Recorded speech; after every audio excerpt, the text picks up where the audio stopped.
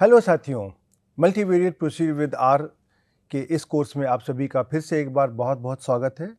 आपको ध्यान होगा कि पिछले लेक्चर में हमने अपने probability density function, probability mass function और क्यूमुलेटिव डिस्ट्रीब्यूशन फंक्शन की बात करी थी और उसको हमने अपने यूनिवेरिएट रैंडम वेरिएबल्स के संदर्भ में आपको उसकी परिभाषाएं और उसका जो एप्लीकेशन समझाने की कोशिश करी थी। लेकिन हमारा जो ऑब्जेक्टिव क्या है? हमारा ऑब्जेक्टिव है मल्टीवेरिएट की ओर जाना। तो आज हम एक काम करते हैं कि इस लेक्चर में हमने जिन कॉन्सेप्ट्स को अपने पिछले लेक्चर में यूनिवेरिएट सेटअप के लिए देखा था, उनको हम अपने बाईवेरिएट सेटअप में एक्सटेंड करने की कोशिश करते हैं। और जिस प्रकार से हम यूनिवेरिएट से बाईवेरिएट आएंगे, उसी प्रकार से हम बाईवेरिएट से मल्टीवेरिएट भी जा सकते हैं। लेकिन आप अगर ध्यान दीजिए तो हम अपने डिफरेंट तरह की प्रॉपर्टीज़ को प्रोबेबिलिटी डेंसिटी फंक्शन के द्वारा हम इंटीग्रेशन से निकालते हैं, राइट। तो अगर हम एक यूनिवेरिएट रैंडम वेरिएबल की बात कर रहे हैं तो हमारा जो भी प्रोबेबिलिटी डेंसिटी फंक्शन होगा उसमें हमारा एक ही वेरिएबल होगा जिसके संदर्भ में हमको इंटीग्रेशन करना होगा। अगर हमारा बाईवेरिएट सेटअप होगा तो बाईवेरिएट सेटअप में हमारे पास दो वेरिएबल्स होंगे तो हमको डबल इंटीग्रल करना होगा। उसी तरीके से आप ये सोच सकते हो कि अगर हमारे पास दो से ज़्यादा वेरिएबल्स होंगे तो हमारे पास मल्टीपल इंटीग्रल का जो कॉन्सेप्ट एंटर कर जाएगा और हमको अपने हर एक वेरिएबल की जो रेंज होगी उसके ऊपर हमको इंटीग्रेशन करना पड़ेगा। मेरा कहने का मतलब ये है कि जो भी चीज़ें होंगी उसके लिए हमको एक मैथमेटिकल बैकग्राउंड की भी आवश्यकता पड़ेगी। आपको कैसे इंटीग्रेशन को सॉल्व करना आना चाहिए, डबल इंटीग्रल को सॉल्व करना आना चाहिए, उसी प्रकार से मल्टीवेरिएट जो इंटीग्रल्स होते हैं उनको भी सॉल्व करना आना चाहिए। लेकिन हम इस लेक्चर में क्या करने वाले हैं, यूनिवेरिएट से बाईवेरिएट में आपको लेकर के आना मेरे लिए बहुत आसान काम है, क्योंकि वहाँ पे हम आपके जो भी सिंपल इंटीग्रल हैं हम उनको बहुत आसानी से दिखा सकते हैं। लेकिन बाईवेरिएट से ट्राईवेरिएट, उसके बाद में ज़्यादा में जाने में वही कॉन्सेप्ट हमारा आगे बढ़ेगा। तो हम आपको यूनिवेरिएट से बाईवेरिएट का जो डिपार्चर है उसको समझाएंगे कि किस प्रकार से हम यूनिवेरिएट को बाईवेरिएट में ट्रांसफ़र कर रहे हैं और बाईवेरिएट से मल्टीवेरिएट में जाने के लिए हम आपको छोड़ देंगे कि जिस तरीके से हमने बाईवेरिएट में हम आपको लेकर के आए उसी प्रकार से आप मल्टीवेरिएट में भी जा सकते हैं। और फिर इसी कॉन्सेप्ट्स को हम उदाहरण के द्वारा अगले लेक्चर्स में लेकर के आपको धीमे धीमे आगे समझाते जाएंगे। तो चलिए हम इस लेक्चर को आरंभ करते हैं और इस लेक्चर में हम अपने जो भी बाईवेरिएट प्रोबेबिलिटी डिस्ट्रीब्यूशन फंक्शंस के बारे में बात करते हैं। लेकिन हम आपको एक बात पहले समझा दें कि जब भी हम अपने बाईवेरिएट रैंडम वेरिएबल्स की बात करेंगे तो जैसा आपने देखा कि हमारे पास दो तरीके के रैंडम वेरिएबल्स होते हैं, डिस्क्रीट और कंटिन्यूअस। तो जब हम बाईवेरिएट रैंडम वेरिएबल्स की बात करेंगे तो हमारे पास पहला ऑप्शन क्या है कि दोनों हमारे रैंडम वेरिएबल कंटिन्यूअस हों। दूसरा ऑप्शन क्या है कि दोनों रैंडम वेरिएबल्स हमारे डिस्क्रीट हो। और तीसरा ऑप्शन क्या है कि एक रैंडम वेरिएबल कंटिन्यूअस हो और एक हमारा डिस्क्रीट हो। तो यहाँ पर हम आपको सिर्फ खाली कंटिन्यूअस रैंडम वेरिएबल का केस लेकर के दिखाएंगे। और जिस प्रकार से हम कंटिन्यूअस रैंडम वेरिएबल के केस में इंटीग्रेशन का हम की सहायता लेते हैं, उसी तरीके से डिस्क्रीट केस में आप जो समेशन की सहायता भी ले सकते हैं। और लेकिन आप उसको उसी कॉन्सेप्ट पर आराम से कर सकते हैं। क्योंकि मेरा कॉन्सेप्ट यहाँ पे आपको प्रोबेबिलिटी थ्योरी पढ़ाना नहीं है, लेकिन प्रोबेबिलिटी थ्योरी के कॉन्सेप्ट को मल्टीवेरिएट में लेकर के जाना है। तो चलिए हम इस लेक्चर को आरंभ करते हैं और बाईवेरिएट कंटिन्यूअस रैंडम वेरिएबल के केस में अपने इस probability density function, cumulative distribution function इत्यादि के जो कॉन्सेप्ट है उनको कैसे समझेंगे उनकी बात करते हैं। चलिए, तो अब हम यहाँ पर कंटिन्यूअस रैंडम वेरिएबल कंसीडर करते हैं और साथ में उनका जो जॉइंट प्रोबेबिलिटी डिस्ट्रीब्यूशन है उसको कंसीडर करेंगे। तो अगर हम कहें कि हमारे पास दो कंटिन्यूअस रैंडम वेरिएबल हैं x और y, तो उनका जो भी जॉइंट प्रोबेबिलिटी डिस्ट्रीब्यूशन होगा वो क्या होगा? वो हमारा एक ऐसा मेथड होगा कि जहाँ पर x और y हमारे किसी रीजन में अगर कोई वैल्यू लेते हैं, तो अगर हमारे पास खाली एक ही वेरिएबल है x, तो हमारा वो एक जो सिंगल लाइन होती है वहाँ पर वैल्यू लेगा। अगर हमारे पास दो रैंडम वेरिएबल हैं x और y, तो ये हमारे किसी एक रीजन में वैल्यू लेंगे। राइट, जो हमारी एक 2 डायमेंशनल स्पेस होगी। उसी तरीके से अगर हम कहें कि अगर हमारे पास अगर 3 रैंडम वेरिएबल हैं एक्स, वाई और जेड, तो वो हमारा एक 3 डायमेंशनल स्पेस पर वैल्यू लेंगे। तो यूनिवेरिएट डायरेक्शन में क्या है, एक लाइन के ऊपर वैल्यूज़ होंगी।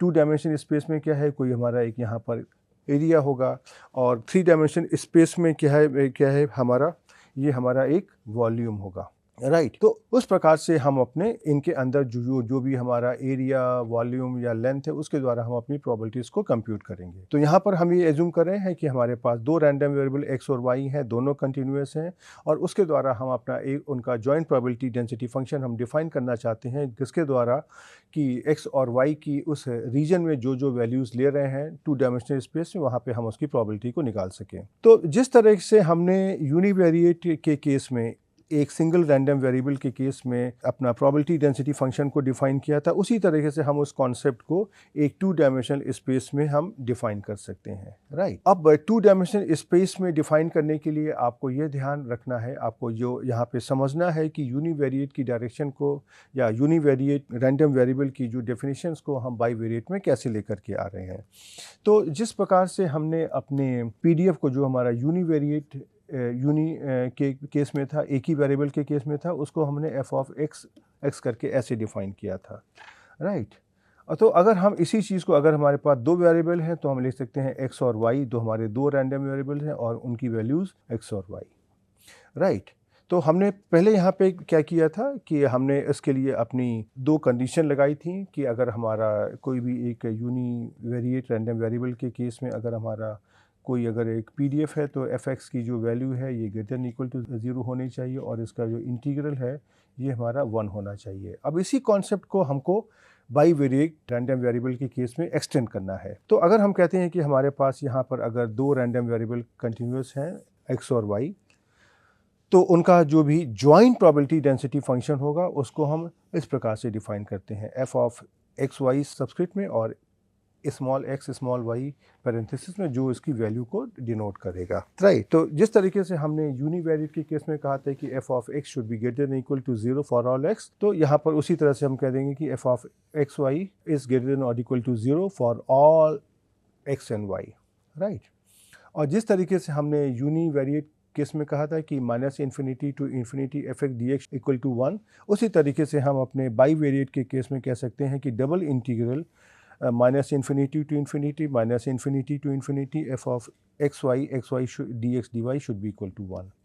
राइट, और उसके साथ में आपको याद होगा कि हमने अपनी प्रोबेबिलिटीज़ को कैसे निकाला था। हमने निकाला था कि अगर हमारा कोई रैंडम वेरिएबल x अगर हमारा a और b के बीच में अगर वैल्यू अगर ले रहा है, तो इसकी प्रोबेबिलिटी को निकालने के लिए हम a to b f of x dx ऐसे करके निकालते हैं। राइट, तो उसी कॉन्सेप्ट को अगर हम अपने 2 डायमेंशनल स्पेस में बनाते हैं, और तो हम कहते हैं कि अगर हमारे पास कोई रीजन है a जो हमारा 2 डायमेंशनल स्पेस में है, 2 डायमेंशनल रियल स्पेस में है, तो अगर हमारे पास कोई पॉइंट है एक्स वाई, तो एक्स वाई के इस रीजन ए के अंदर लाई करने की जो प्रोबेबिलिटी होगी उसको हम ऐसे डिनोट करते हैं, probability of x y belonging to A. ये हमारी क्या होगी, ये हमारा जो भी एक्स और वाई की रेंजेस होंगी, या जो ए का जो हमारा रीजन है, उस रीजन पर आपको इंटीग्रेशन करना है, और यहाँ पे आपको अपना जॉइंट पीडीएफ लिखना है F X Y at X and Y, और उसको हमको इंटीग्रेट करना है with respect to D X and D Y. Right, तो टिपिकली अगर हम देखेंगे कि जिस प्रकार से हमने कहा था कि कंटिन्यूस रैंडम वेरिएबल के केस में किसी पर्टिकुलर पॉइंट के ऊपर जो उसकी प्रोबेबिलिटी होती है 0 होती है, उसी तरीके से 2 डायमेंशनल स्पेस में अपने बाईवेरिएट रैंडम वेरिएबल के केस में हम ये एज्यूम करते हैं कि किसी पर्टिकुलर पॉइंट के ऊपर उसकी जो प्रोबेबिलिटी होगी वो हमारी 0 होगी, और उसके साथ में ये जो हमारा एफ एक्स वाई फंक्शन है, ये हमारे सारे के सारे उन 2 डायमेंशनल स्पेस के पॉइंट्स पर जहाँ पर डिफाइंड है, वहाँ पे इसकी प्रोबेबिलिटी हमारी ग्रेटर देन और इक्वल टू 0 होगी। राइट, अब इसलिए अगर हम कहें इस तरह की प्रोबेबिलिटीज़ को अगर हमको कंप्यूट करना है, तो अगर हम ये कहते हैं कि हमारा रैंडम वेरिएबल x1 और x2 के बीच में लाई करता है, और रैंडम वेरिएबल y हमारा y1 और y2 के बीच में लाई करता है, तो इस इवेंट की जो प्रोबेबिलिटी है ये हमारी इस प्रकार से हम डबल इंटीग्रल के द्वारा हम इसको कंप्यूट कर सकते हैं। Integration y1 to y2 x1 to x2 और ये जो जॉइंट PDF है dx dy। इसके द्वारा हम अपने इस प्रॉबिलिटीज़ को यहाँ पर कैलकुलेट कर सकते हैं। तो आपने देखा कि यहाँ पे हमने जो भी डेफिनेशन दी है वो हमारी यूनिवेरिएट से बाईवेरिएट में उसी तरीके से एक्सटेंड हो गई। जैसे कि हमारा जो कॉन्सेप्ट था प्रोबेबिलिटी डेंसिटी फंक्शन का, ये हमारा चेंज हो गया बाईवेरिएट में। यहाँ पर हमने लिया था कि f of x should be greater than equal to 0, तो यहाँ पे आपका f of xy greater than और इक्वल टू 0 हो गया। जहाँ पर हमने आपका minus infinity to infinity f of x लिया था, dx should be equal to 1। ये आपका यहाँ पे double integral minus infinity to infinity f of xy dx dy ये इक्वल टू 1 हो गया। ज़रा सा हम आपसे एक कॉमन सेंस से ये पूछें कि अगर आपको इसको मल्टीवेरिएट डायरेक्शन में अगर ले करके आना है तो आप किस तरीके से आओगे। अगर आपके पास यहाँ पे मान लीजिए एक कई सारे वेरिएबल आ जाते हैं और जैसे कि अगर हम कहते हैं हमारे वेरिएबल्स, हमारे रैंडम वेरिएबल्स हमारे सपोज़ x1 x2 xp करके आ गए, p रैंडम वेरिएबल, तो ये जो हमारी डेफिनेशन होगी ये हमारी x1 x2 xp x1 x2 xp हो जाएगी। और जहाँ पर आपने ये वाली डेफिनेशन ली है यहाँ पे यही चीज़ जो भी हमारी है f of x1 x2 xp x1 x2 xp ये हमारा ग्रेटर देन इक्वल टू 0 आ जाएगा। और ये जो इंटीग्रेशन की डेफिनेशन है इसको अगर हम range of x1 range of x2 range of xp अगर हम इंटीग्रेट कर देंगे f of x1 x2 xp और x1 x2 xp और साथ में यहाँ पे dx1 dx2 dxp ये हमारा 1 के बराबर आ जाएगा।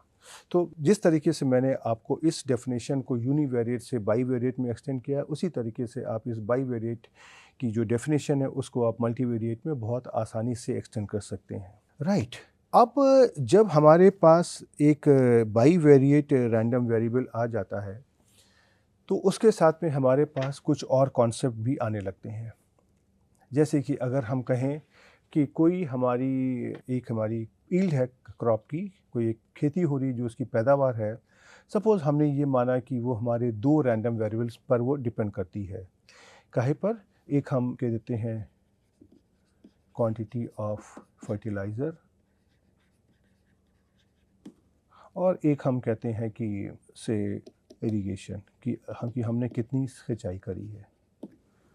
अब हम यहाँ पर हमारे पास कई तरह के सवाल आते हैं कि जो भी हमारी ईल्ड हमारी है क्वांटिटी ऑफ फर्टिलाइज़र और इरिगेशन पर जॉइंटली डिपेंडेंट है। या अगर हम ऐसा कह सकते हैं एक और एग्जांपल में कि जैसे कि हमारे किसी बच्चों के जो हमारे हाइट और वेट होते हैं या आपस में एक दूसरे पर डिपेंडेंट होते हैं। तो अगर हमारे पास इस तरह के 2 डिपेंडेंट रैंडम वेरिएबल हैं x और y, तो उनका पहला सवाल तो हो गया जॉइंट वेरिएशन। जॉइंट वेरिएशन में हम हरदम इंटरेस्टेड होते हैं कि अर्थात कि अगर हम x और y की दोनों की वैल्यू को एक साथ अगर हम चेंज करें तो उस प्रोबेबिलिटी फंक्शन में किस तरीके का परिवर्तन होगा। और दूसरा हमारा होता है मार्जिनल। अगर हम ये कहें कि ठीक है हमारी ईल्ड में क्वांटिटी ऑफ फर्टिलाइज़र और इरिगेशन दोनों का तो जॉइंट इफेक्ट है, लेकिन अगर हम खाली इरिगेशन का इफेक्ट देखना चाहें या हम खाली क्वांटिटी ऑफ फर्टिलाइज़र का इफेक्ट देखना चाहें तो उसको कैसे निकाला जाए। तो उस तरह के जो हमारे इफेक्ट होते हैं उनको हम कहते हैं मार्जिनल वेरिएशन या मार्जिनल डिस्ट्रीब्यूशन के द्वारा हम इनको निकालने की कोशिश करते हैं। तो अर्थात हमारे पास अगर 2 रैंडम वेरिएबल है एक्स वाई, तो एक तो उनका हो गया जॉइंट वेरिएशन, उसको हम एफ एक्स वाई के द्वारा निकालने की कोशिश करेंगे। और अगर हमारे पास मार्जिनल हो गया तो मार्जिनल में हम हर एक वेरिएबल का जो क्या कंट्रीब्यूशन है उसको समझने की कोशिश करेंगे। तो हमारे पास 2 तरीके के मार्जिनल डिस्ट्रीब्यूशन हो जाएंगे, एफ ऑफ एक्स और एफ ऑफ वाई। और तीसरा हमारा एक और होता है कि हम ये कहते हैं अगर मैंने 20 सेंटीमीटर की इरिगेशन दी है और क्वांटिटी ऑफ फर्टिलाइज़र को हमने अगर चेंज किया है तो हमारा ईल्ड कैसी होगी। अर्थात एक्स और वाई में से किसी एक वेरिएबल को हमने फिक्स कर दिया है और दूसरे वेरिएबल को हमने अगर चेंज किया है तो हमारा प्रोबेबिलिटी किस प्रकार से वेरी करेगी। उस तरीके के जो भी हमारे इफेक्ट होते हैं उनको हम कंडीशनल प्रोबेबिलिटी के द्वारा स्टडी करने की कोशिश करते हैं। राइट, तो ये हमारे पास 3 तरह के जो इफेक्ट होते हैं, जॉइंट इफेक्ट, मार्जिनल इफेक्ट और कंडीशनल इफेक्ट। इन तीन इफेक्ट को हम अपने joint probability density function, marginal probability density function और कंडीशनल प्रोबेबिलिटी डेंसिटी फंक्शन के द्वारा निकालने की कोशिश करते हैं। तो जॉइंट प्रोबेबिलिटी डिस्ट्रीब्यूशन फंक्शन के बारे में हम बात कर चुके हैं। अब हम अपने इस मार्जिनल प्रोबेबिलिटी डिस्ट्रीब्यूशन के बारे में यहाँ पर बात करते हैं। तो अगर हमारे पास दो कंटिन्यूस रैंडम वेरिएबल हैं x और y, तो यहाँ पर हमने जो भी अपने जिस तरीके से fxy को लिया है उसी के द्वारा हमको fxy से fx और fy को निकालना है। और जब भी हमारे f ऑफ x और fy आ जाएंगे, ये भी हमारे एक तरह की प्रोबेबिलिटी डेंसिटी फंक्शन होंगे और उसके ऊपर हमने अपने जो भी यूनिवेरिएट प्रोबेबिलिटी डेंसिटी फंक्शन की प्रॉपर्टीज़ पढ़ के रखी हैं उनको हम आराम से लगा सकते हैं, राइट। तो इसलिए मार्जिनल प्रोबेबिलिटी डिस्ट्रीब्यूशन में हम क्या करते हैं कि अगर हमारे पास एक से ज़्यादा रैंडम वेरिएबल किसी रैंडम एक्सपेरिमेंट के साथ में एसोसिएटेड अगर होते हैं तो उनके जॉइंट प्रोबेबिलिटी डिस्ट्रीब्यूशन फंक्शन अर्थात x और y का जो जॉइंट प्रोबेबिलिटी फंक्शन के साथ में हम हर एक वेरिएबल की जो इंडिविजुअल प्रोबेबिलिटी डिस्ट्रीब्यूशन है उसके अंदर भी हम इंटरेस्टेड होते हैं। और ये जो हमारा इंडिविजुअल रैंडम वेरिएबल्स का जो भी प्रोबेबिलिटी डिस्ट्रीब्यूशन होता है उसको हम मार्जिनल प्रोबेबिलिटी डिस्ट्रीब्यूशन कहते हैं, राइट। तो ये जो लेकिन एक फ़र्क ये है कि मार्जिनल डिस्ट्रीब्यूशन को हम या अपने मार्जिनल प्रोबेबिलिटी डिस्ट्रीब्यूशन को हम अपने जॉइंट प्रोबेबिलिटी डिस्ट्रीब्यूशन के फंक्शन से निकालते हैं, राइट। तो अगर हमको यहाँ पे कोई अगर एक जॉइंट प्रोबेबिलिटी डेंसिटी फंक्शन लिया हुआ है f ऑफ एक्स वाई, तो उसके द्वारा हम यहाँ पर दो marginal density function f of x और f ऑफ y हम यहाँ से निकालते हैं और उनकी स्टडी करते हैं। तो अब सवाल आता है कि मैथमेटिकली हम इस मार्जिनल डेंसिटी फंक्शन को किस प्रकार से निकालें। तो इसको निकालने का तरीका हमारा इस प्रकार से होता है। अब आपको ये तो समझ में आ गया कि हमारे यहाँ पे दो तरीके के मार्जिनल होंगे, एक x रैंडम वेरिएबल से संबंधित और दूसरा हमारा y रैंडम वेरिएबल से संबंधित। तो जो x रैंडम वेरिएबल का मार्जिनल डिस्ट्रीब्यूशन होगा उसको हम इस प्रकार से निकालते हैं। आपको समझना है कि हम यहाँ पे क्या कर रहे हैं कि यहाँ पे हमने देखिए अपना जॉइंट प्रोबेबिलिटी डेंसिटी फंक्शन लिखा और उसके ऊपर हमको यहाँ पे क्या निकालना है, हमको x का मार्जिनल डिस्ट्रीब्यूशन निकालना है। तो अगर हमारे पास जॉइंट एक फंक्शन दिया हुआ है और अगर यहाँ पे मुझको x को बाहर करना है तो हम क्या करेंगे, y को यहाँ से हम हटा देंगे। तो y को हटाने का एक आम भाषा में जो हम बात कर रहे हैं उसका गणित की भाषा में मतलब क्या है कि हम अपने इस जॉइंट प्रोबेबिलिटी डेंसिटी फंक्शन से हम y को इंटीग्रेट कर देंगे। तो हमने यहाँ पे देखिए जो y की रेंज है इसके ऊपर इंटीग्रेशन हमने dy की रिस्पेक्ट में कर दिया। तो जो हमारा marginal distribution function of x है ये कैसा हो जाएगा, f of x equal to integration over y f of x Y D Y, right. तो ये आपको ध्यान रखना है कि आपको जिस वेरिएबल को हटाना है और जिस वेरिएबल के इफेक्ट को स्टडी करना है उसके ऊपर ध्यान देना है कि किस वेरिएबल की रेंज में आपको इंटीग्रेशन करना है। तो यहाँ पर मुझको x को रखना है अर्थात y को हटाना है। तो y को हटाने का मतलब ये है कि हमको y की रेंज में उसको इंटीग्रेट करना है।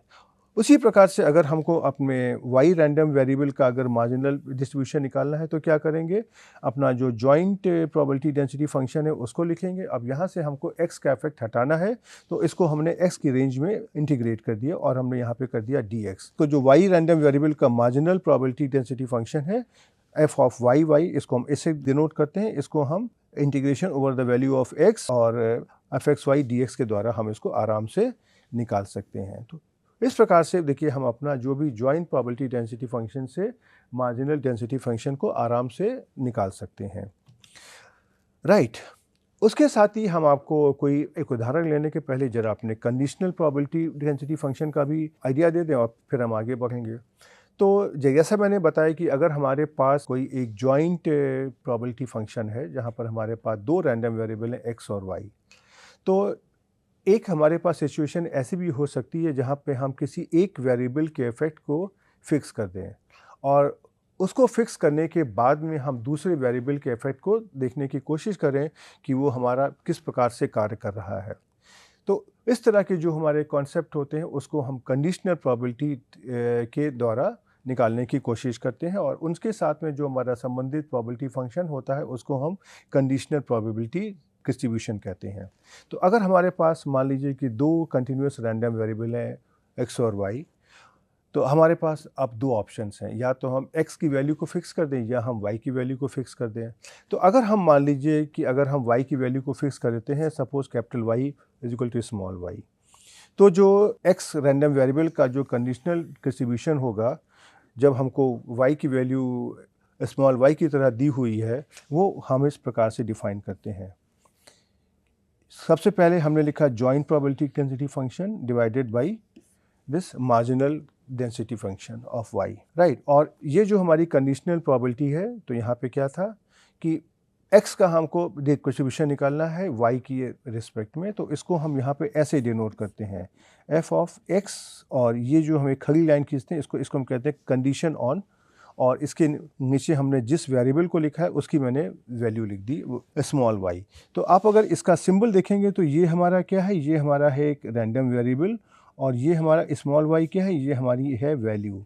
तो ये जो इंडिकेशन है ये आपको बताता है कि इसमें से कौन सा पार्ट हमारा रैंडम वेरिएबल है और कौन सा पार्ट हमारा फिक्स है। और ये जो हमारा फंक्शन आएगा, चूँकि y की वैल्यू हमारी फिक्स हो गई है, तो जो फंक्शन की वैल्यू आएगी, और वो तो चूँकि x और y का जॉइंट फंक्शन है, तो वहाँ से खाली ये, लेकिन अब x की वैल्यू पर ही डिपेंड करेगी, और इसको हम F X Y divided by F of Y के द्वारा निकालने की कोशिश करते हैं। और यहाँ पे कंडीशन है कि F of Y is greater than 0, right. तो इसको हम बोलते हैं conditional distribution function of x given y।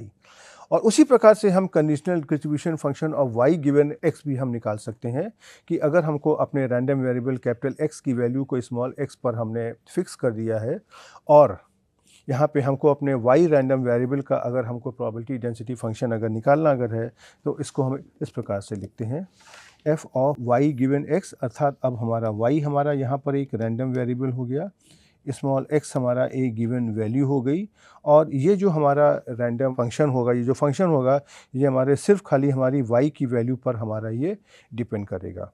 तो इसको हम कैसे डिफाइन कर देंगे, f of x Y divided by F of X, अर्थात यहाँ पर हमने लिखा है जॉइंट PDF, और डिनोमिनेटर में हमने लिखा हुआ है मार्जिनल PDF। तो अब आप देखेंगे कि जो आपको conditional distribution of x given y में y के मार्जिनल डिस्ट्रीब्यूशन से आपको डिवाइड करना है, और y गिवन x के केस में x के मार्जिनल डिस्ट्रीब्यूशन से आपको डिवाइड करना है। एंड ऑब्वियसली इस परिभाषा को डिफाइन करने के लिए हमको एज्यूम करना पड़ेगा कि f of x is greater than 0, right. तो अब हम देखिए यहाँ पे एक उदाहरण लेते हैं जहाँ पे हम अपने x और y का एक जॉइंट प्रोबेबिलिटी डेंसिटी फंक्शन लेते हैं, और उसके अंदर हम आपको अपने जो हमने कॉन्सेप्ट यहाँ पे समझे हैं, भिन्न भिन्न तरह की प्रोबेबिलिटीज़ हैं, मार्जिनल है और कंडीशनल डिस्ट्रीब्यूशन से उनको निकालने की कोशिश करते हैं। तो हमने यहाँ पे दो रैंडम वेरिएबल x और y लिए हैं, जिसमें x और y की वैल्यू हमारी 0 और इन्फिनिटी के बीच में लाई कर रही है, और इसका जो फंक्शन हमारा twice of exponential of -x into exponential of -2y है। और अगर हमारा बाकी रेंज में इस फंक्शन की वैल्यू हमारी 0 है, तो आप ये वेरीफाई कर सकते हैं अपनी ओर से कि अगर हम यहाँ पे 0 से इन्फिनिटी के बीच में अगर हम एफ एक्स वाई अगर हम डी एक्स डी वाई करेंगे, तो आप देखेंगे कि इसकी वैल्यू हमारी 1 के बराबर आ जाती है, राइट। तो आप ये, लेकिन ये हम आपको एज एन एक्सरसाइज देंगे करने के लिए, जिससे कि आपको थोड़ा सा कॉन्फिडेंस आ जाए कि ये फंक्शन क्या हमारा सच में प्रोबेबिलिटी फंक्शन है कि नहीं है। अब हम देखिए इस फंक्शन से अपनी इस भिन्न भिन्न तरह की प्रोबेबिलिटी निकालते हैं। तो पहले हम यहाँ पे पहला केस हम निकालते हैं जहाँ पर हमने प्रोबेबिलिटी निकाली है ऐसे केसेस में जहाँ पर x की वैल्यू 1 से ज़्यादा है और y की वैल्यू 1 से कम है। तो यहाँ पे आपको क्या करना है, x और y की जो रेंजेस हैं उसके ऊपर यहाँ पे आपको इंटीग्रेशन करना है, और साथ में आपको अपना PDF लिखना है और इसको dx dy करके इंटीग्रेट करना है। तो यहाँ पर हम ये उम्मीद करते हैं कि आपको इस तरह के इंटीग्रेशन को हल करना आता है। आप इनको हल करोगे तो इसकी वैल्यू इस प्रकार से आ जाएगी 1/e into 1 minus 1/e square, right. उसी तरह से अगर हम दूसरे केस में हम देखेंगे, अगर हम अपनी प्रोबेबिलिटी को निकालना चाहते हैं कि x लेस देन y, तो इसकी जो हम यहाँ पे जो x और y की रेंज लिख देंगे, और जो हमारी 0 से इन्फिनिटी और 0 से y के बीच में है, और यहाँ पे अपना हम जॉइंट PDF लिखेंगे और dx dy करके इस फंक्शन को सॉल्व कर लेंगे, तो इसका जो इंटीग्रेशन की वैल्यू हमारी 1/3 आ जाएगी। और उसी तरीके से कि अगर हम यहाँ पर कहते हैं थर्ड केस में कि हमको सिर्फ निकालना है कि probability x is less than c और y हमारी पूरी रेंज पर वैल्यू ले रहा है, तो यहाँ पे हम जो x की रेंज लिखेंगे, y की रेंज लिखेंगे और उसकी बेसिस पे हम अपना जॉइंट PDF लिखेंगे और इसको इंटीग्रेट कर लेंगे, तो इसकी वैल्यू हमारी 1 - 1 अपॉन एक्सपोनेंशियल ऑफ c आ जाएगी। तो इस तरह के आप जो छोटे छोटे एक्सरसाइज आप खुद कर सकते हैं और इनका कैलकुलेशन करके आप इनकी वैल्यू निकाल सकते हैं, राइट। अब हम यहाँ पे एक और छोटा सा एग्जाम्पल लेते हैं और जिसके द्वारा हम आपको कुछ मार्जिनल डिस्ट्रीब्यूशन निकाल करके दिखाते हैं। तो एक हमने यहाँ पे जॉइंट डेंसिटी फंक्शन लिया है जहाँ हमारे दो रैंडम वेरिएबल्स हैं x और y, और ये हमने ऐसे लिया हुआ है कि 0 less than equal to x less than y less than 1। अगर ऐसा है तो हमारे इस PDF की वैल्यू होती है 2, अदरवाइज 0। अब ये देखिए, ये आपका जॉइंट प्रोबेबिलिटी डेंसिटी फंक्शन है। यहाँ पे हम अपने x और y के जो मार्जिनल डेंसिटीज़ हैं उनको हम निकालने की कोशिश करते हैं। तो देखिए, आपको अगर हम मार्जिनल डिस्ट्रीब्यूशन ऑफ अगर हम y निकालें, अगर हम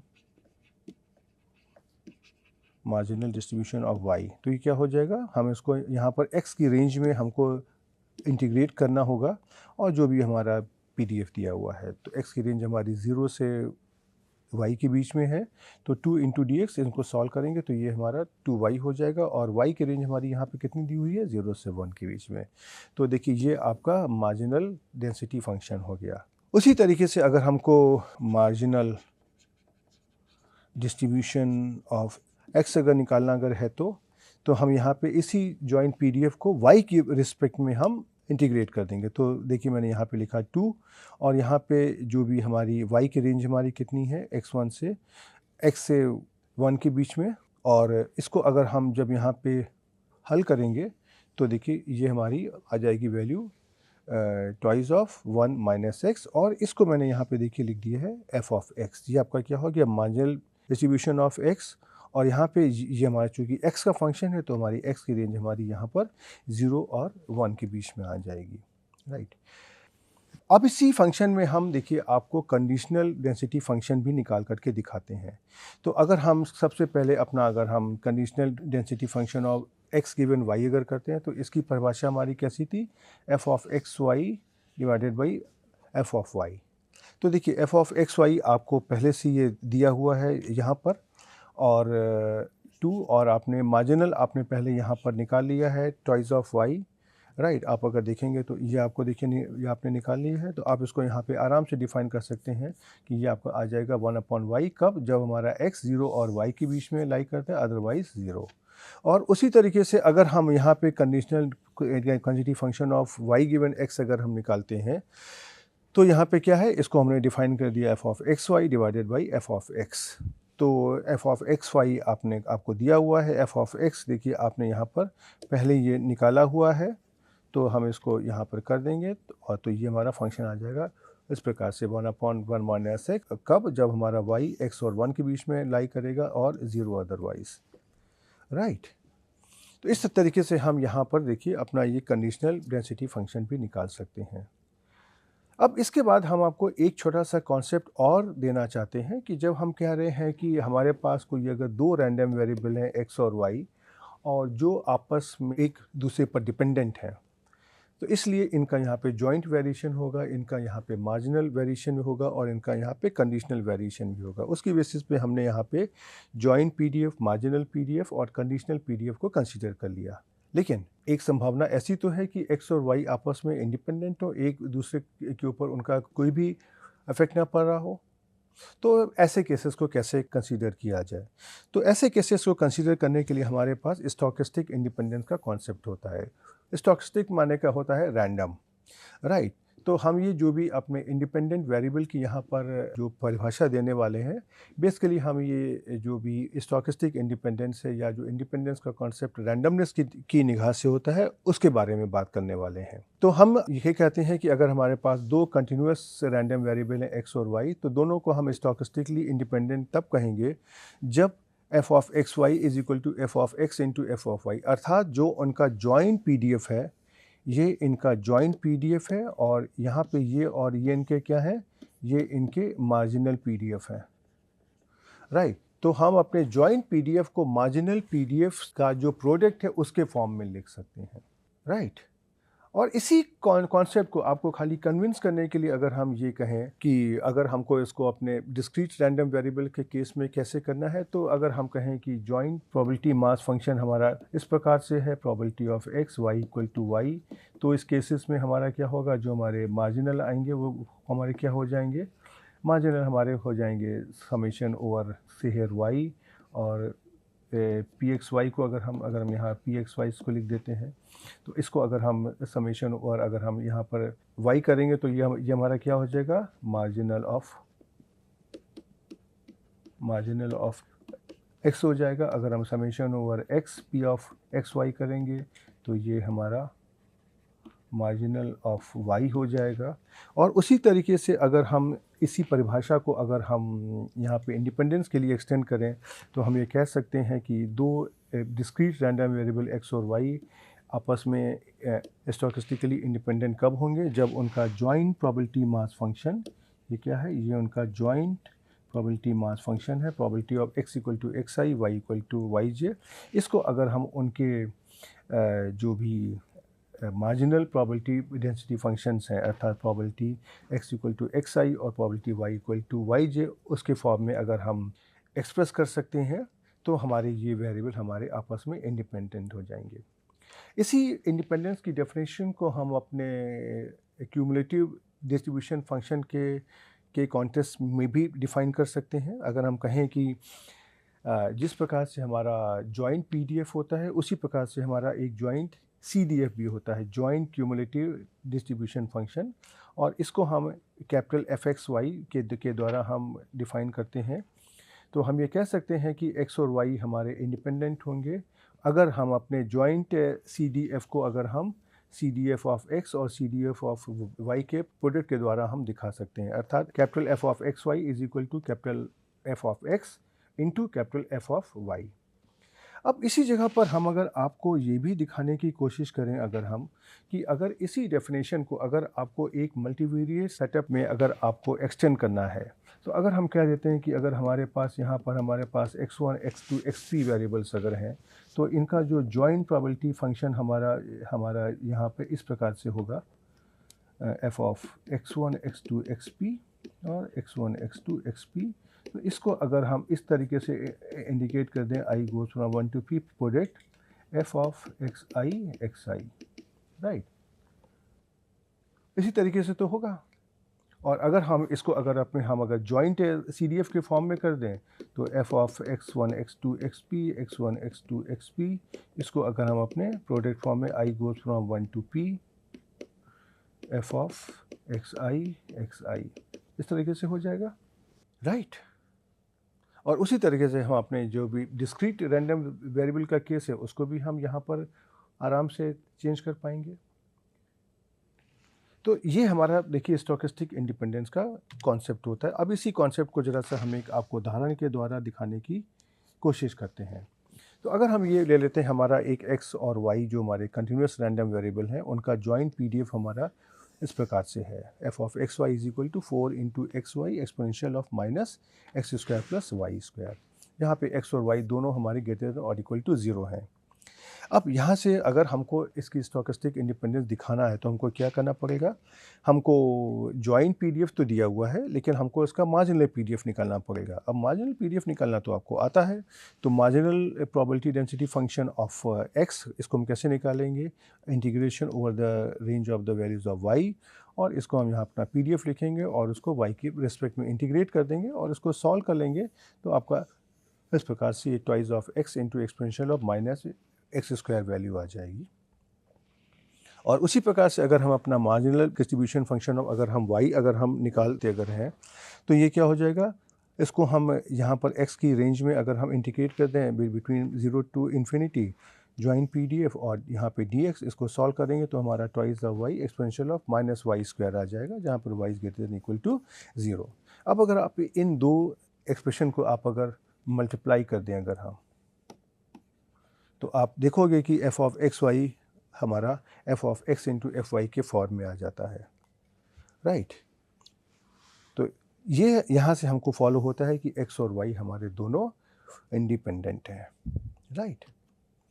अब इसी कॉन्सेप्ट को अगर हम जैसे कि अपने अगर मल्टीवेरिएट के सेटअप में लेकर के आने की कोशिश करते हैं, तो हम ये जहाँ पर आपने x और y दो रैंडम वेरिएबल लिए हैं, वहाँ पे अब हम कह सकते हैं सपोज हमारे पास p रैंडम वेरिएबल्स हैं x1 x2 xp। अब डेफिनेटली जब हमारे पास यहाँ पर p रैंडम वेरिएबल्स हैं, तो उनको हम एक रैंडम वेक्टर के फॉर्म में भी हम आराम से यहाँ पर दिखा सकते हैं। तो हमने क्या किया कि इन p रैंडम वेरिएबल्स को एक जो हमारा मैट्रिक्स थ्योरी वाला रैंडम का जो वेक्टर होता है उस फॉर्म में लिख दिया इस प्रकार से x1 x2 xp, और इसको मैंने एक x अंडरस्कोर के एक रैंडम वेक्टर के द्वारा इसको डिनोट कर दिया। तो इसको हम ऐसे भी कर सकते हैं x1 x2 xp ट्रांसपोज। तो ये जो हमारी स्पेस ऑफ x आपकी क्या होगी, या आपकी n टुपल्स की आपकी ये जो स्पेस हो जाएगी। अब जिस प्रकार से आपने यहाँ पे आपने रैंडम वेरिएबल तो डिफाइन कर दिया, फिर आपके पास यहाँ पे PDF का कॉन्सेप्ट आ जाएगा, CDF का कॉन्सेप्ट आ जाएगा, इंडिपेंडेंस का कॉन्सेप्ट आ जाएगा। तो जिस तरीके से हमने पहले उनको यूनिवेरिएट से बाईवेरिएट केस में एक्सटेंड किया है, उसी प्रकार से आप उसको यहाँ भी एक्सटेंड कर सकते हैं, राइट। तो जैसे कि अगर हम कह दें कि हमारा यूनिवेरिएट के केस में हमारा PDF इस प्रकार से होता था, तो मल्टीवेरिएट के केस में हमारा ये PDF इस प्रकार से हो जाएगा। खाली आपको वेरिएबल को आपको रैंडम वेक्टर से डिनोट करना है। उसी प्रकार से हम अपने मार्जिनल और कंडीशनल डिस्ट्रीब्यूशंस को भी हम डिफ़ाइन कर सकते हैं। और हमारे रैंडम वेक्टर्स हैं, चाहे वो यूनिवेरिएट रैंडम वेक्टर हो, चाहे हमारा एक सब वेक्टर हो, उनकी हम इंडिपेंडेंस को भी उसी तरीके से हम डिफ़ाइन कर सकते हैं। कि अगर हम कह दें कि x और y हमारे दो रैंडम वेक्टर्स अगर हैं, तो ये हमारे इंडिपेंडेंट कम होंगे जब f of x into f of y होगा, इस प्रकार से, राइट। और कोई भी अगर हमको यहाँ पे अगर एक प्रोबेबिलिटीज़ को निकालना है, तो उसके लिए हमको यहाँ पे मल्टीपल इंटीग्रल का इस्तेमाल करना पड़ेगा, राइट। तो चलिए अब हम इस लेक्चर में यहाँ पर रुकते हैं। और आपने देखा कि यहाँ पर हमने अपने यूनिवेरिएट के कॉन्सेप्ट को इस्तेमाल करते हुए हमने उसको बाईवेरिएट में एक्सटेंड किया। और जैसे ही मैंने यूनिवेरिएट से बाईवेरिएट में एक्सटेंड किया, तो हमारे पास मार्जिनल डिस्ट्रीब्यूशन, कंडीशनल डिस्ट्रीब्यूशन और स्टोकेस्टिक इंडिपेंडेंस, ये तीन कॉन्सेप्ट और भी आ गए। अब इसी कार को अगर हम कहें कि आपने यूनिवेरिएट से बाईवेरिएट में जिस तरीके से किया, उसी तरीके से आप उसको बाईवेरिएट से मल्टीवेरिएट में भी कर सकते हैं।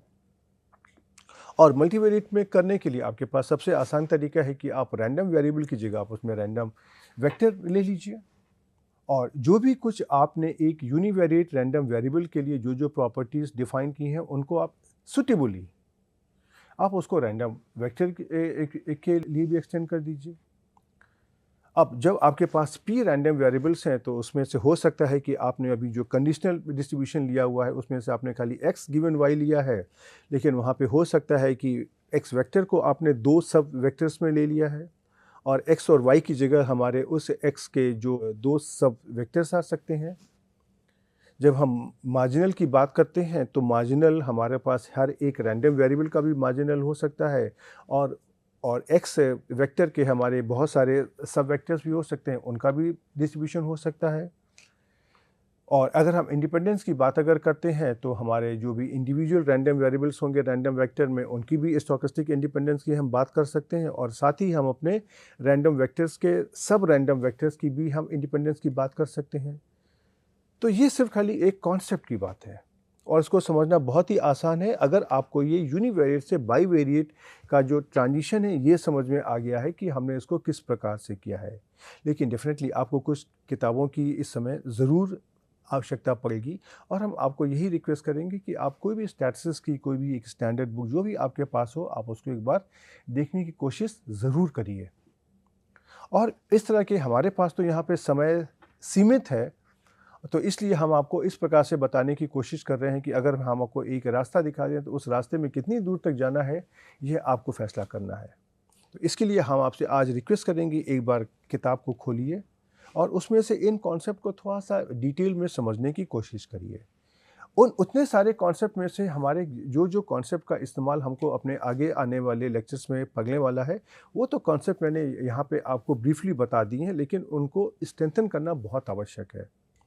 और इसके अलावा भी हमारे पास प्रोबेबिलिटी थ्योरी के बहुत सारे कॉन्सेप्ट होते हैं जो हमारे मल्टीवेरिएट सेटअप में यूज़ होते हैं, लेकिन मैंने यहाँ पे खाली उन्हीं कॉन्सेप्ट को लिया है जिनका हमको आगे इस्तेमाल पड़ने वाला है।